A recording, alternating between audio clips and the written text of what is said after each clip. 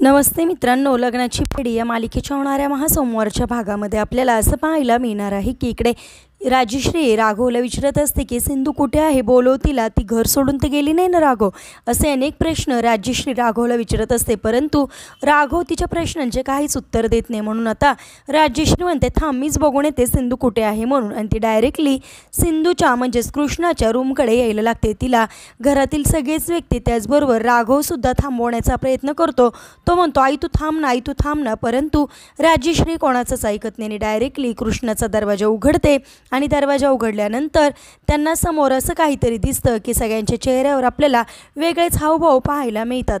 आता खरोखर दरवाजा उघडल्यानंतर सिंधू आतमध्ये असेल का नसेल, आणि असेल तर ती खरोखर कोणत्या अवस्थेत असेल हे पाहणेसुद्धा इंटरेस्टिंग आहे.